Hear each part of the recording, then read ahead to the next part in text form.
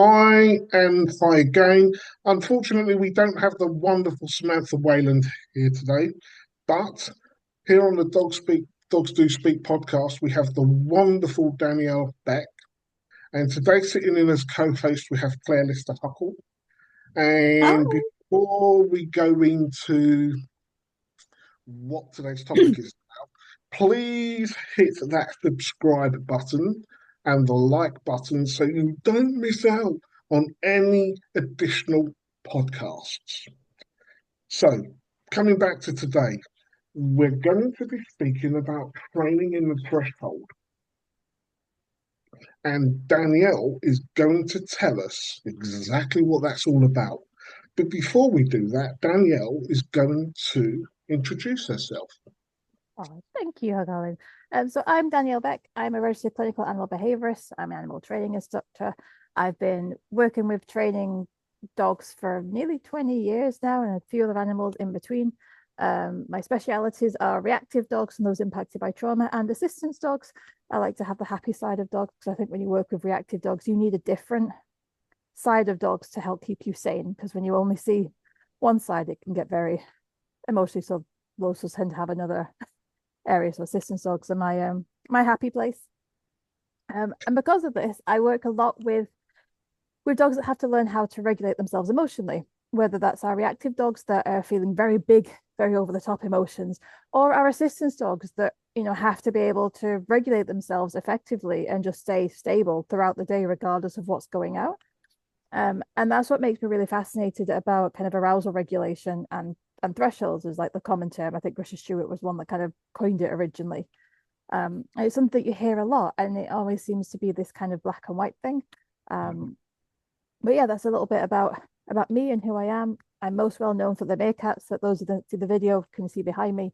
And they help me a lot with the arousal regulation part of things, explaining it to people. The meerkats. I, I I love the just meerkat. absolutely. So, Danielle, let's kick off training in the threshold. What does that look like? It looks messy sometimes. I think it's not the cleanest way of training, but it's often the most effective. So when we're working with our dogs, and if I focus on reactive dogs, because that's the one where a lot of people tend to focus on the most, the first step that we're doing with these dogs is we want to keep them below threshold. So you hear everyone say that we keep these dogs below threshold, keep them out of situations, wrap them in bubble wrap, keep them safe. And absolutely, that's true. We absolutely have to say that, have to do that. I'm not saying we don't. But there comes a time when these dogs they've calmed themselves down, they're feeling safer, they're starting to learn new things, and they're starting to really kind of succeed. And the handlers are kind of find their own little safe zones, and they get a comfort zone between the handler and the dog where they know exactly the places they can go to. They have their routines for getting in and out situations, and they're able to manage it effectively, and they do wonderful work. But there comes a time where our dogs are going to have to start living in the real world again. For some people, others are happy in the bubble. And if you and your dog are happy in your small world, your small world can be so enriching. That's not a problem with that. But for those who have dogs where they do want to be able to say, like, can we progress? Can we kind of move them through this? Can we take them to a walk? Can we go down the road? And just make sure they don't react to the dogs on the other side of the road as like a target or something. For those dogs, we want to make sure that we're starting to teach them how to work within that threshold. And often when we hear threshold, dogs are either under threshold or they're over threshold. So it's either they're under threshold and they can listen and learn, or they're over threshold and they can't listen and learn anymore. And there doesn't seem to be anything in between. Whereas I like to think of it as in like a series of bubbles coming out from the dog. So they've got their safe comfort zone, and then they've got this little kind of amber zone where they're starting to get sensitized. Those arousal levels are getting up. They're feeling elements of emotions, but they can still think. They've not lost their mind completely. Anyone that has any sporting dogs, working dogs, will be aware of this kind of performance arousal zone because you have a bit where you need them to be aroused enough and excited enough to get that motivation, that drive to be able to work, but we don't want them going frantic. We want them to stay focused. And that's where I explain is like in the threshold, because these aren't calm dogs, these aren't relaxed dogs. They're feeling all these emotions, but we need them to learn how to think when they're feeling those emotions so they can work through things properly. And I think Mhm. that's the bit that a lot of people tend to miss or are a bit scared of working towards, because in these situations the dogs might react a little bit, Like they might have like the little booth, they might kind of do a couple of barks at something or a bounce, and then they can redirect onto their handler, they can focus and you can help them work through. And I think when people are seeing that side of things and that sort of rehabilitation training, it can cause a lot of ethical things for people because we don't want to put them in a situation just to make them react so they can learn. So I'm not coming from it from a situation of a let's get them to be all reactive and stuff and then we can shout at them. We're not, none of that. I want to put them into a situation where they can see stuff and go, okay, there's dogs over there. How are you feeling? And be able to have techniques and things where the dogs can go, dog over there. Sorry, it's not a problem. And then, oh, there's a dog over there. Oh, I don't know what to do. It's like, you can go, well, oh, yeah, I can do this. I can go and sniff this thing. I can eat this treat. I can do this exercise. Actually, I'm tracking. I don't care about the dog anymore because I'm working. And we're helping them learn to think in that zone. And that's the bit that I really want people to focus on and learn more skills about how to achieve so they can see the difference between a dog that is truly over threshold, where their meerkats are completely in control, and these dogs can't think, they can't process things. We can't train in that situation at all. But we can still train with dogs that are still a little bit bouncy, a little bit kind of, oh, a bit barky. And if you think of like your young adolescent dogs, these are the ones where they're okay. And then they're not, or they've gone a bit high. And it's managing that arousal level. So as it starts to increase, they're still able to think. And that's the key, is making sure our dogs can think in these things and that we've got tools, protocols that we can do to help them to think so they can feel safe and they can come back down again. Okay, great. Let's go up again. Let's come back down. And we can start to manage them really effectively. Does that make sense? That does make sense to me. But could you just elaborate on what a threshold is for anyone that is watching that doesn't quite understand what the word threshold means? Absolutely. So it's their ability to regulate their emotions. So it's when, if you think of it from like a learning theory terms, when you've got your desensitization, your sensitization, it's when the dogs start to be more than asleep. So if we look at our arousal curve, we've got our relaxed, sleepy dogs that are here. And then as they start to wake up, they get motivated, that arousal curve increases. And this is where I say like is in the threshold bit. Once they hit this top bit, there's a really nice bell curve. It's, is it Yerkes and Dodson graph that you'll see. Mhm. And at the top, they've hit like this peak arousal, and then they can go over the top if it keeps going, and then they crash down. And you either get dogs that if they're too emotional, they tend to just go over the top, and that's where you get really frustrated barking. You get zoomies, you get dogs that can't think, or you get dogs that shut down because everything's too much. So that's kind of like the line from that threshold. And it's displayed by different trainers in different ways. Some will see dogs that are anything but calm and relaxed and sniffing. So as soon as like their tail goes up or as soon as their head goes up, they'll say, oh, they're over threshold now. And I think we need to kind of redefine this arousal curve and these thresholds, which is why I want to bring in that concept of in the threshold to include all the little bits where they're starting to be aware of stuff. They're not relaxed, they're not asleep. They've seen, the rabbit, they've seen the bird, they've seen the other dog, whatever it is, it's kind of sparked that oh, we're like, okay, they're approaching threshold. And they need to be able to work in that area because once they go over the top, they've gone past it. And the arousal's too high that they can't come back down unless they've learned how to. Does that clarify it? Or have I just repeated myself and made no No, sense? that's clear, especially for someone as stupid as myself. Not at all, Colin. That makes it quite clear. So when we look at the threshold, then we are basically talking about any dog because all dogs are going to have some form of a threshold, Absolutely, some they higher are. than others. So, but I would imagine we're really looking at those that are either dog owners that have dogs or trainers that are working with dogs that hit that higher level more quickly. Yeah. Mm-hmm. Yeah, So let's just say, for argument's sake, we've got I'm going to go for a Mallee because yeah, everyone, when you talk about thresholds and that, Malinois tends to hit people's brain. absolutely. They have for Ferraris, aren't they? They're like 0 to 60 so Yeah. quick. So can you just sort of like talk us through the type of dog? The scenario is we've got a dog that is they got the trigger, whatever that trigger you want it to be. Mm-hmm. Yeah. And the lead is now extended. Their back legs are deeply planted to the floor, yeah, Yeah. and the owner is struggling. What would you sort of advise there? How can they work within that threshold? Fabulous. So we need to practice away from the threshold to begin with. So they get these patterns and things in place.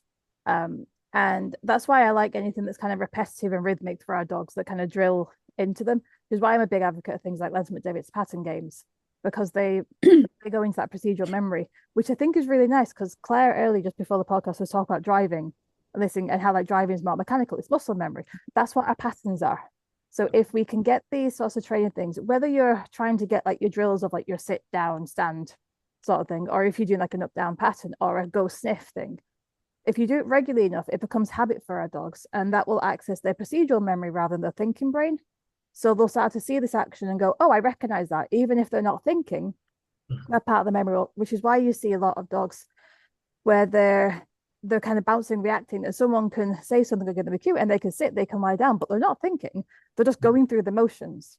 And that's what we kind of want to teach our dogs in those situations. So they've got a way of bring themselves out of it. So they recognize these patterns and the memory starts to go, oh, I can do this. I can do this up down game or this ping pong game or whatever it is that you're doing.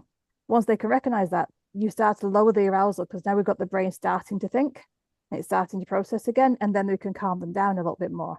And we start to practice that as much as you can. And I like to start at home with these exercises, where the threshold limits and how quickly they'll reach that top are going to be shortened. And I like to do it through play.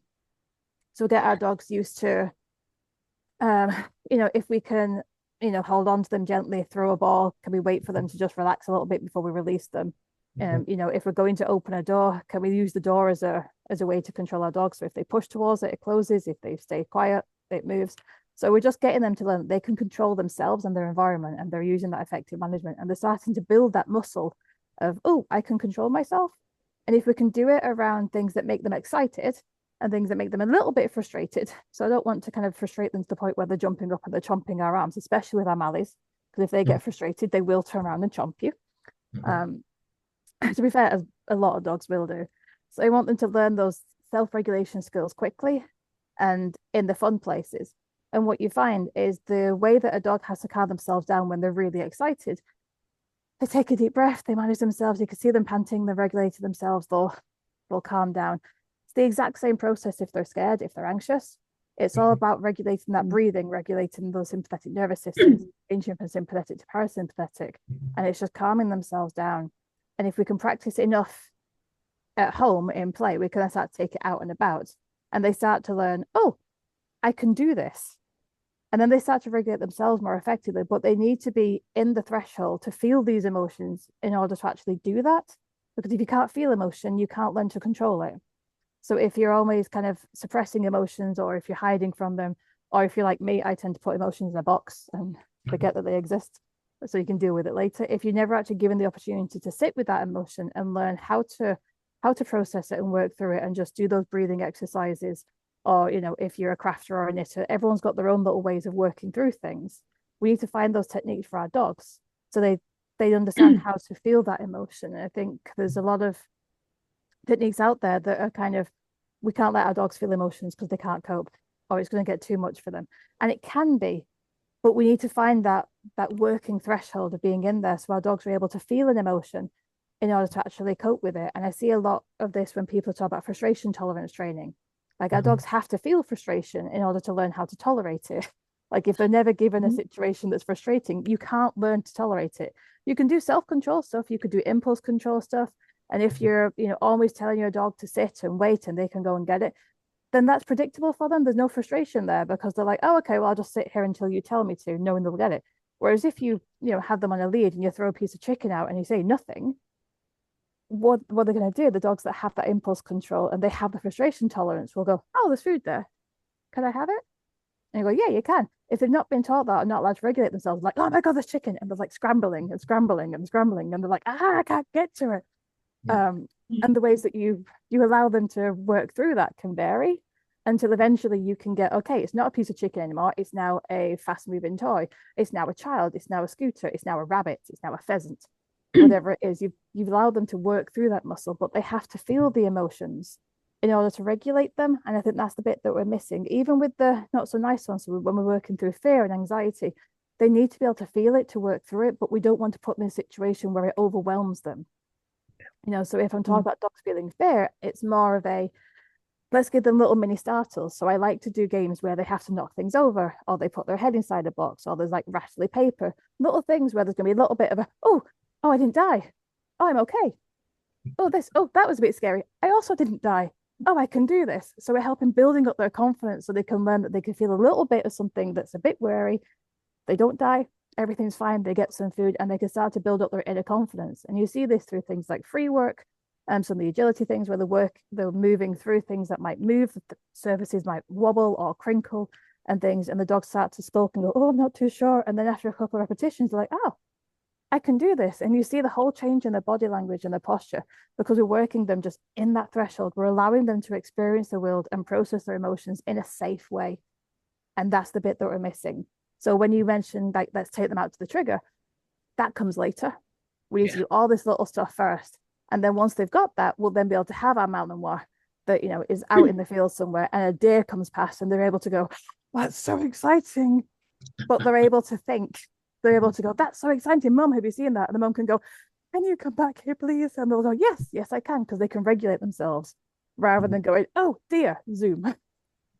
It's So you're really essentially, sorry, Click, sorry, I was go. going to be essentially giving them, you're teaching them new behaviors that are reflexive. So when I talk about reflexive behaviors, I would say the very first behavior that every single owner ever teaches their dog is a sit, for example. Yeah. And then because it's got the longest history of reinforcement in some way, it becomes reflexive. So no matter what they're doing, what state of arousal they're in, if you ask the dog to sit, it's probably going to just do it because it In that doesn't have to memory. think about it. Yeah. It's that memory, it's reflexive, it's there. So you're talking about creating that through other forms of patterns of behavior as well, and then gradually pairing those to cues and situations. Yeah, I mean, not necessarily with cues, because I want dogs to be able to manage themselves without it. I want them to be able Mm-hmm. to see a situation. But of course, at the beginning, you might have to prompt them and cue them to kind of go, I just want you to do this. Other Yeah. dogs, you can kind of wait them out, and it depends on the exercises that you're using. So if you're using like a see something and then sniff the floor, after a few repetitions of that, the dogs will start to see things and then they'll start to re-engage with you and go, does that mean you're like, yeah, absolutely. You now get your treats, you get your chase, you get your sniffy things on the floor. And I really want the dogs to start to process the environment themselves and have like a two-way conversation with us, so they can go, there's something over there. And you go, yeah, there is. What do you want to do? And they can go, I want to do this. And they can start to choose their own ways of regulation. And it's lovely when you get these kind of conversations going because some dogs, they'll see something like, something over there and they'll look back at you and it's like, I know, I can see it too. And they're like, okay, you see it too. It's like, and they'll just watch it with you and go, are you still seeing this? Yeah, I'm still seeing this. You're okay. Whereas others go, okay, that's enough. And they'll start to back away, like, right, okay, let's move. And you can be guided a bit more by your own dog then, because they know they can get out of it. They're starting to regulate themselves. So rather than seeing something and having that instant panic and that reflex, as you said, about, oh my God, they're able to start processing things and knowing that you've got their back. And then you can go, okay, do you need to sniff something? Do you need to choose something? Do you need to lick something? What is your way of calming yourself down? And let's go and do that thing. So they can start to experience just going up and down, rather than just being stable and safe the whole time, which isn't, there's nothing wrong with that. I'm not saying there is. It's just growth comes when you step out of your comfort zone. And the same is true for our dogs. If they're always in these wonderful, safe environments, that's great. And they can live there forever, no problem. But if you want them to start to regulate themselves more and start to learn and build that inner confidence, they need to start relying on themselves more than you and be able to know that I can go in this situation and I can do this. I can step on this surface. I can go and see these things. I can take a breath myself. I don't need you anymore. And I think that's the really nice process of when we've started and we're giving them those cues, as you mentioned, and we're supporting them those early days. And then we're like, okay, you're in the threshold now. You're on your own. I'm at your side. What do you do? And they're like, it's not a problem. And you're like, great, it's not a problem because the dog's just existing because they're no longer kind of working themselves up about it anymore. Yeah, great. So it's like giving them a little bit of behavioral help initially so that they can eventually make their own choices. Yeah. Love it. Yeah. Yeah. I'm a big fan of kind of agency with our dogs and giving them those options where it's safe to do so. So when I mentioned like there's a dog over there, okay, what do you want to do? I want to sit and watch it. Okay, we'll sit and watch it together. And I'll offer you some food if you want to, as a little bit of social support. And because if you're chewing, you're generally, there's processing going on. If they can't eat, this it's too much. And it's like, I just want to look at you and look at the thing again. Okay, great. And then they'll go, I want to leave. Great, let's leave. So they can start to have a choice over that interaction. But you've still got them on lead, you've still got your distance, so they can't, if they make the wrong choice, if they try and go towards it, they can't do it. But you're giving them that safe opportunity to, it's like having children, when you've got your little toddlers and you see them at things and go, I'm just going to wait, make the right decision. Yes, you made the right decision. Come on, and you can reward that. But you've got your environmental things in place. So rather than focusing on actually, that brings me to, was it one of Griffith Stewart's things where they talk about setting the environment for puppies? And rather than kind of focusing on the puppy, you're focusing on managing the environment so the animal can make the right choice. And that is so confidence building for those individuals and really helps them when they're learning how to regulate themselves. So we can set things up. So if they make the wrong choice, nothing bad's going to happen because we've made sure that it can't happen. But they've got lots of options and they can make a choice of what they want to do. Do they want to move forward? Do they want to stay still? Do they want to move away? Do they want to play a game? You can offer them these different scenarios and they can choose. And I think just being able to make a choice is such an empowering thing for any of us in situations where we're struggling a little bit, or if so if we've got any listeners here that have like anxiety themselves or have friends that have anxiety and you want to go out somewhere, giving them choices of okay, where do you want to go, which of these places is going to be the least stressful for you, where in the coffee shop or the cafe or wherever it is do you want to sit, do you want to have a word or a sign or something that means I need to get out of here now. And that's something that I get my assistance dog clients to teach their dogs is we'll give them a hand signal where the dog will do something like paw at them or nudge them. So they can give a very subtle hand signal to their dog. The dog will then do something that everyone can see and they can go, oh, I'm really sorry, my dog needs to go out. And they get instant out of the social situation because the dog asked them to. And they don't usually see the subtle hand signal. And I think if we can teach our dogs that kind of subtle hand signal to say, I need to get out the situation, and they can guarantee that you're going to help them regulate themselves and cope in that situation. We get dogs that are more confident because they know they've got that out.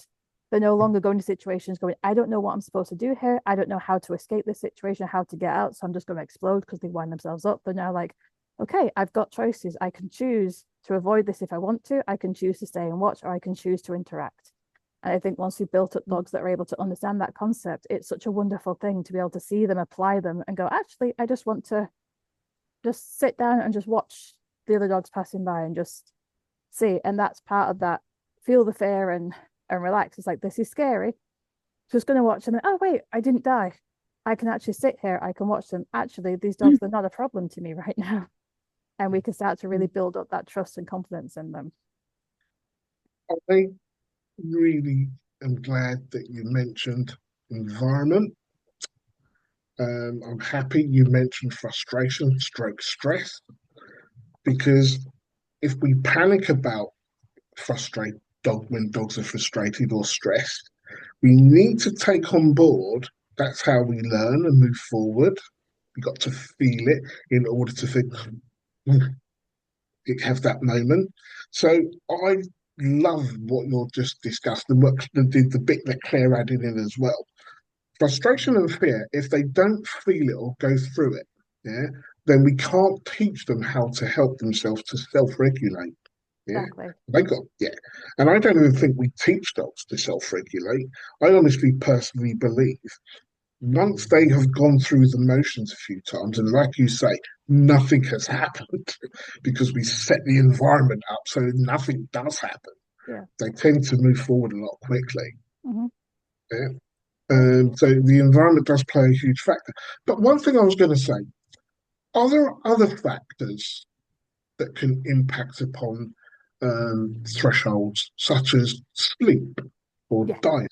Yes, absolutely.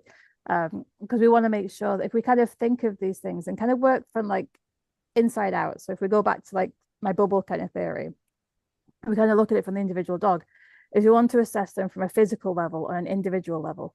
So on this day, right now, is our dog healthy? Do they have a stomach upset? Have they eaten something that's given them an allergy? Do they have any undiagnosed, joint issues or discomforts and things? Because anything that's going to make them on that biological level not quite feel okay today is going to make them it's going to exacerbate everything else. So we want to have a look, do you have the right diet? Do you have the right kind of medical support behind you? Are you getting the right kind of exercise for your breed? Is there anything within your breed that means that what we're doing today might be a bit exhausting for you? So if we're doing some work outside, but it's 24 degrees heat and we've got a French bulldog, they're probably going to struggle a bit more than our Belgian Malinois going to, purely because of their breed and their own physiology. So we need to have a look at that first from the individual perspective, taking into account like their life history and things like that. Then we want to have a look at the environment that they're in. Like, is the environment set up for them? Do we have the right kind of distances? What surface are they on? Is it one that they can slip on? Is it one that they can grip on? Is it something that they can sniff and interact with? Are we close to anything scary? So is there a main road? Is there a flight path? Is there a train coming by? Is there what's going on in that world that they're now exposed to? And then we kind of look a little further that and have a look, okay, what are the humans doing? Whether the humans that are directly related to the dog, what's their reward history, what are they doing to in this interacting with this behavior, and then what are the general public and the other humans in the environment doing. So you kind of have to look at everything in that kind of stepwise situation, and each situation you go into, reassess that. It's like, okay, now, like, has my dog eaten recently? Are we walking them on a full stomach? Are they on an empty stomach and they're actually quite hungry? So if you've got a dog that's a bit hungry, some of them will get a bit hangry. I know I do. If I'm a bit hungry and people are asking me to work, it's like, no, I need snacks. I need to settle my stomach before I can think, because I cannot think or do anything under pressure if I have an empty stomach, because I'll just then feel sick and then I can't do anything. Same with some of our dogs. So, are they okay there? So making sure that their stomachs are full. And if we've got working dogs on a full-ish stomach, they're still going to accept the food rewards, because then they are rewards rather than a need. So we want to make sure that we're not working dogs that are hungry. So yeah, absolutely. We need to take into account that kind of physical aspect of our dogs first and just reassess it on a daily basis. You hear a lot with caregivers and even some of the vet professionals, they'll be like, oh yeah, the dog's all healthy, given an all clear thing, they're fine. It's like, okay, that's great. It's like, and I could wake up fine this morning, but this afternoon I might be tired, or I might have a headache starting. And I do wonder about other dogs that kind of pull really heavily on a lead, especially if on a collar. How many of them have like neck issues and headaches just from that constant pressure? And that's something that I don't think we can ever really diagnose in a dog. But if they've got that sort of underlying discomfort things going on, that's going to make their reactions faster and their ability to regulate themselves harder, because the body isn't in a regular place, in that homeostasis, in that nice balanced place. So if that's unbalanced, everything else is going to stay unbalanced. Claire, I mean, you can relate to that quite well, because being a gun dog trainer and an owner of I can't say it properly, Vimes, so I'll just leave it there. You can explain what Vimes mean.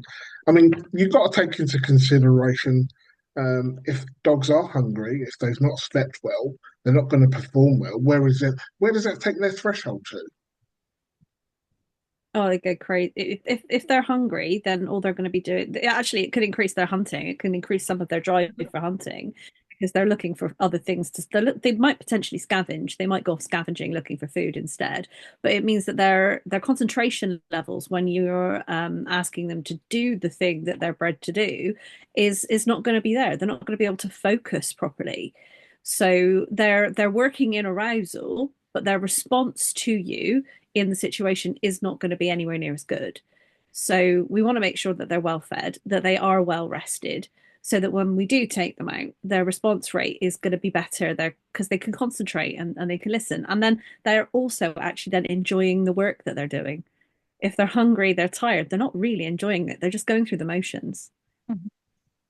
That makes sense. We want it to be fun, don't we? We do these things for enjoyment for the dog as well as for us. It's not just meeting need. They must, they enjoy it because it's also reinforcing to them. So it's got to be fun. Yeah. It does make sense. But the thing is, we're living in a world where we coexist with dogs.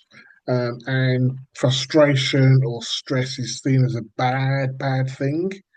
I think we need to learn and come together that frustration and stress, if we are, what's the word, thinking clearly, we can help the dog with that stressful period or moment. But the most important thing for me is always the environment, that we set that environment up for success so that we can be successful. And then if we're successful, we're going to ease our dog into feeling so much better in that environment. So, you know, the reason why I mentioned diet and sleep is because we can talk about thresholds, yeah, but other things can have a impact on why the dog is doing what they're doing at that moment. And even the handler, if the handler's not got a great, what's the word, relationship with the dog, then that threshold might go more than what it normally would do. Absolutely. Yeah. So, And actually, the handler not getting enough sleep and not being fed well, like Danielle was saying, can have an effect on the dog's behavior.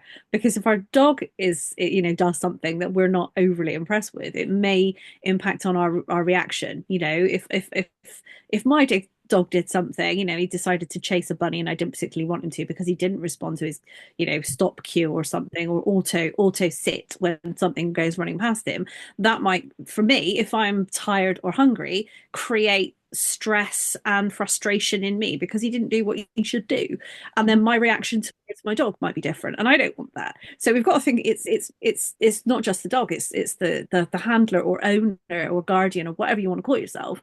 It goes both ways, doesn't it? Because we feel it and so do they. Yeah. totally get that. Totally get that. Danielle, if we can go back to now the Mallee, Yeah. the trigger, what I said, because I jumped ahead, That's and okay. you so rightly say, no, let's go back to Okay. here. Oh, it's amazing how we tell people to do things and we don't think about it in the moment. So now let's say we put all that into practice. Our dogs Mhm. can self-regulate to a fairly good point. Yeah. At what point do we then introduce them to the thing? So I want to have a dog that is able to interact with different things in their environment and have a really good kind of come away. So I want them, I tend to have like a 3 second sort of rule with it, and whether I count out loud and I do like a 1, 2, 3, sniff 1, 2, 3, come back to me, or if I just wait them out and kind of count and then like move my fingers or encourage them or do something. But I want them to get into the habit of investigating something and coming away, because I think that's the bit that a lot of our dogs struggle with. Like they all want to move forward and then they're like, oh no, what do I do? And then they panic because they either want to investigate the object to find out if it's safe, or they're really social or something. And then they're unsure. And the other animal is like, oh, what do we do now? And you get that kind of uncertainty. So before I put them in kind of more closer situations, I want to make sure that the dog has a really good way of bringing themselves away. So we're not relying entirely on the recall, because if they start to work themselves up, they might not hear us, they might get too stressed and things. And then it's just going into different places and starting with a distance. Everything we do starts at distance, doesn't it? And Mhm. I always believe of kind of finding out where your dog's baseline is. So where are they happy? What distances can they cope with? What's the environment that they prefer? So some dogs will have particular parks that they feel happy and comfortable in versus others. They might be happier in wooded areas, they might be happy in cemeteries, they might be happy in open fields where they can see everything. I think as humans, we tend to go, oh, let's find the places where there's lots of things for them to hide in, which is great for some dogs, but there are others where they need the vision. Like if there's too many things blocking their path, that could increase their anxiety because they can't see. They want to be able to sit and watch and observe. So once they're able to do that, and we've got them walking past them, and they're able to have those conversations with us, there's the thing over there. It's like, yeah, there is. Are you okay? Yeah, I'm okay. There's a thing over there. That's great. Are you still with me? Yep, we're still with me. And you're still having that conversation, so we can make sure that our dogs are still able to disengage from the environment, check back in with their caregivers, as they're starting to approach things. And it's just regulate themselves and watching them do that. And as they get closer and closer, you'll see the change and shift in their body language. So the first thing I'm looking for is like, are the ears pricking up? Are we starting to see those shoulders rising? Are we seeing the kind of tension, the muscle shift in their body? And as soon as I see those little things, that's where I would just pause and I just kind of wait for the dog to just process. And I don't think we give dogs enough processing time. And we want a good 30 seconds or so. Like we want them to be able to stand there, and they might go and have like a little bit of things, but just give them some time. Just go, can you process it? Do you just need to watch the thing for a little bit? And this is where again, the environment, as long as you've got that distance and you've got the right leads, and you can go, okay, let's just watch. This is just amazing because I'm big on processing. Yeah. I love when a dog can have a good look at what normally upsets them. Mhm. I'm not going to interrupt them. I'm not going to put food in front of their face. I'm not going to pull them in any way. And when they are ready to just turn and say, I'm still here, where are you? That Mhm. processing is taking place. Yeah. They're getting more comfortable by the moment. I don't think we do enough of allowing dogs. We talk a lot about allowing dogs to go sniff. I hear it every Yeah. day. Head We down, need, ignore the yeah, world. yeah. I feel like we're teaching Yeah. some dogs to dissociate in some ways of a just ignore the problems and they'll go away. And I'm doing lots of processing stuff with my puppy at the minute. I mean, she's 7 months, so she's still in that kind of puppy. And sometimes like we'll drive to a field or to a country park, and then we'll just sit in the boot of the car together. And it's Mm. okay, before we leave this place, have a look. Let's just sit there. And sometimes we'll get there and she'll jump straight out and she's like, nope, I want to go. Other times she's like, oh, this is different. So if we're on like a retail car park or something, so let's just sit and watch. Let's have a walk for a little bit. Let's find a bench. Let's just sit and watch. I think that part of things, just sitting and doing like nothing with your Mhm. dog is so important for them because that's them regulating themselves. Because Yes. they will be, they'll be sniffing things. They'll have sense of whatever wildlife has been through or is currently there, what's passing by. They'll see people and dogs and cars or whatever it is, and just sitting in the car with the boot open. If they're not ready for that, just sit in the car with them Yeah. and just go, okay, can you just watch people go by? Can we have a nice time with this? Like if they need the food to support them, that's absolutely fine at first. But I don't want the food to become a distraction. I want it to be a, can you look at stuff? Great, let's just have a nice time. I kind of think of it as a bit like a picnic. So Mhm. it's, we're going out and we're just sitting and watching the world go by. I've taken a snack because snacks always are nice for me. And if I'm having a snack, I want my dog to have a snack because I don't like to eat if my dog isn't eating. I'm a sharer when it comes to food. And I think just having that, it's so bonding for you and your dog just to sit and process the world together. And I think just having those conversations and hearing your voice. So if she's sat there and she's like, oh, what's that? And I'm like, oh, that's really interesting, isn't it? What is it? Oh, that's a swan. Not seen swans properly yet, have we? And I'll just kind of talk to them and just Mhm. explain it to them. And I know like she can't understand like the words that I'm saying. Um, and she doesn't truly understand the meaning. I would argue a little bit that I think that they understand far more than we give them credit for. I Definitely. like I seen them as a little Tone bit, of voice as well, isn't it? yeah, is It's the that tone of voice calmness. that stays calm. If you're just calm and oh yeah, it's just this over there, then they just kind of go, oh okay, this is nothing to be aroused about Exactly. particularly. And then I'll just give like some It's nice kind of little circle strokes on the chest as we're doing things. So I'm still like rewarding, I guess, in a way, but it's just more of that connection. It's that co-regulation thing of oh yeah. And if they're struggling, I'll go, it's a bit weird, wasn't it? And I'll go, and I'll just take a deep breath and I'll kind of just shake myself so, off. And the dogs so start down. to regulate with you and go, okay, let's just sit and watch these things. And they're those Yeah. the starting of that kind of working in the threshold thing. That's when you're going from that calm, relaxed dog to oh, there's stuff around. It's like, yeah, there is. And when they first get out of the car, so many dogs are like, oh, where are what we're doing? And then you straight off for a walk and they're dragging you down. It's like, just pause. Let's just pause Mm. on the car park. Let's just give them a second just to process and see what's going on and calm themselves down a little bit. And then, okay, great. Now can we move on a little bit and just get them to, because that's the first step of regulating themselves is can you calm yourself down when getting out of the car? Can you sit and wait while we open the door as a safety measure without like barging out past me? Can we just then sit? Can I hold on to your lead as I'm getting other stuff out the thing? And can you just wait beside me? You don't have to be in a sit if you don't want to, but I want a loose lead. I want you to be able to look around at stuff. Mhm. And then can we process and move the thing together? Can we go and find somewhere on this walk where we can sit? Teaching your dogs to go to the pub and cafes and stuff are great for this. It's just can we sit? And all that is it's active self-regulation. The dogs have to be regulate themselves throughout the situation for every noise they hear, every smell they hear, everything they see. Mhm. And if we can do this from young puppies, we end up with dogs that are able to regulate themselves more effectively as they get older. When they walk through something and they see like that scary bin or a rock or Mhm. something when they hit that fair period, you're like, we've done this route like 16 times so far, but today this rock is scary. It's like, okay, let's just stand here for a second. Let's just figure it out for yourself a little bit. If you need my support, I'm here.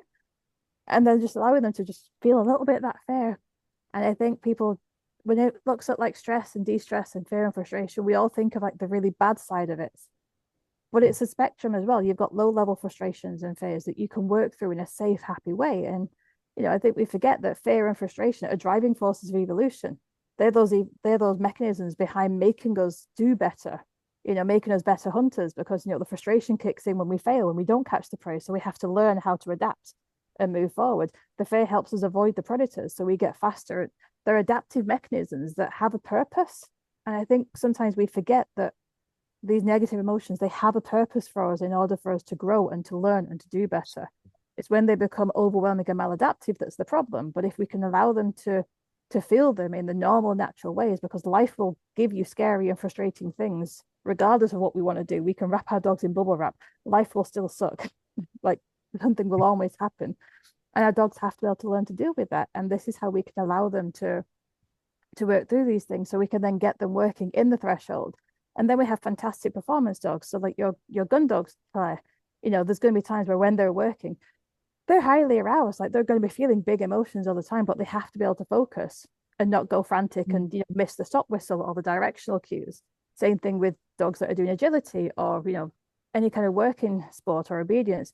We want our dogs to be on fire and thinking and at this top level, but we need them to be able to perform and regulate themselves. So they are working in the threshold. Like, every agility dog that is going through the grades at the minute is working in threshold. It's just the emotions they're feeling are excitement.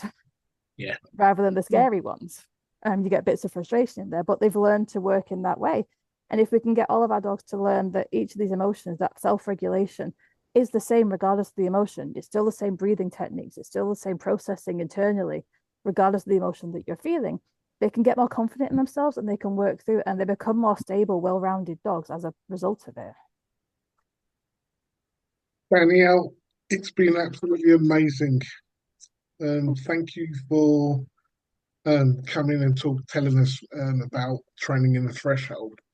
And a massive thank you, Claire, for coming co-hosting. It's been great.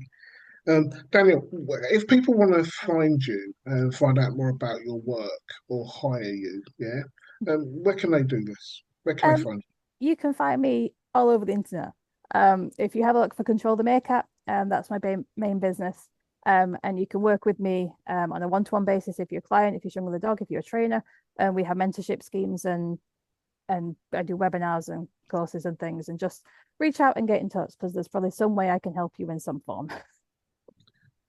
Daniel, it's been an absolute pleasure. So everyone that's watching this, please hit that like button, and please hit that subscribe button so you don't miss any additional podcast. And for now, it's goodbye from us here at Dogs Do Speak.